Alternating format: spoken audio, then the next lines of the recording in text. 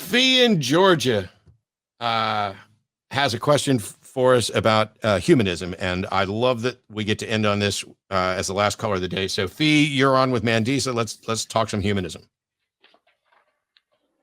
Wonderful. Hi, I waited 5 years to call you. Yeah. Well, you made it.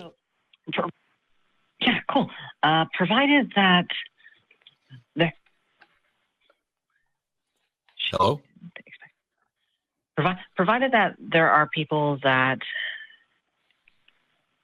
are religious, that hold anti-humanist values, that seem to be unable to be negotiated with on peaceful terms, like those who are on a much more extreme spectrum of belief.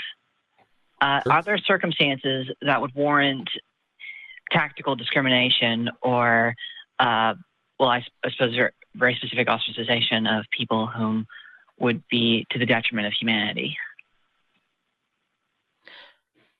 So that is a very interesting question. Certainly, humanism is is a philosophy that deals in reality.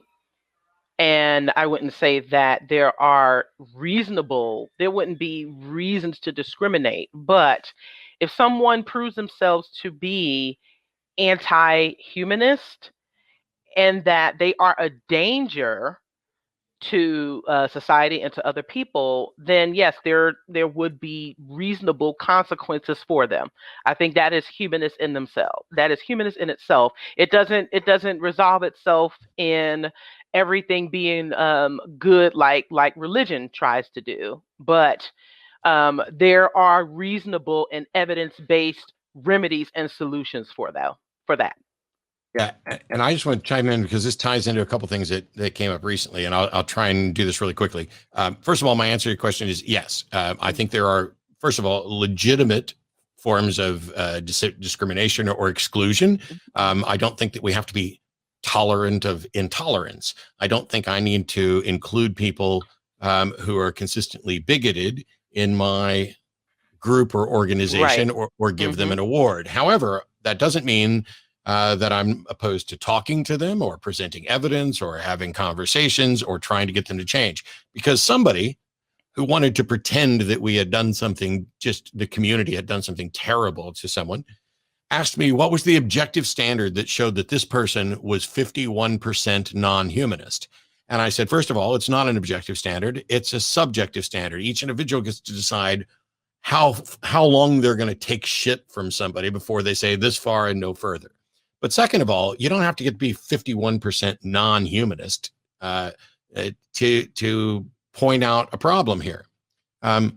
If there's someone who is generally a decent person and consistent with humanist principles, but they don't like African Americans, well, they're only bigoted against 15% of the population or 20% of the population or whatever it is. They didn't hit 51%. So we should still consider them a good humanist. No, it's like saying, here's someone who's donated millions of dollars to countless charities and saved millions of lives.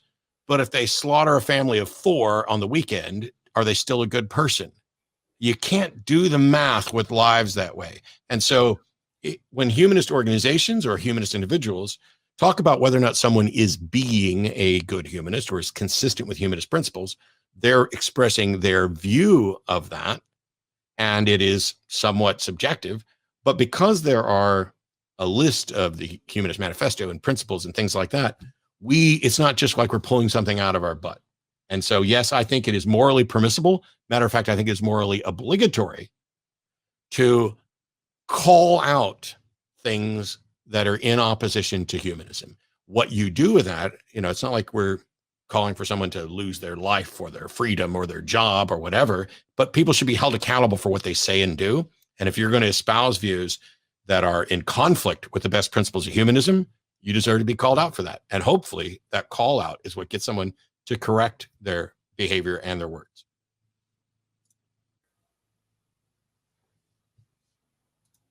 In light of a multitude of difficult circumstances I've recently overcome, that is incredibly encouraging to hear. I'm absolutely good. Yeah. You for a very long time. Thank you for answering my question. Thank you, Phee. Have a good day.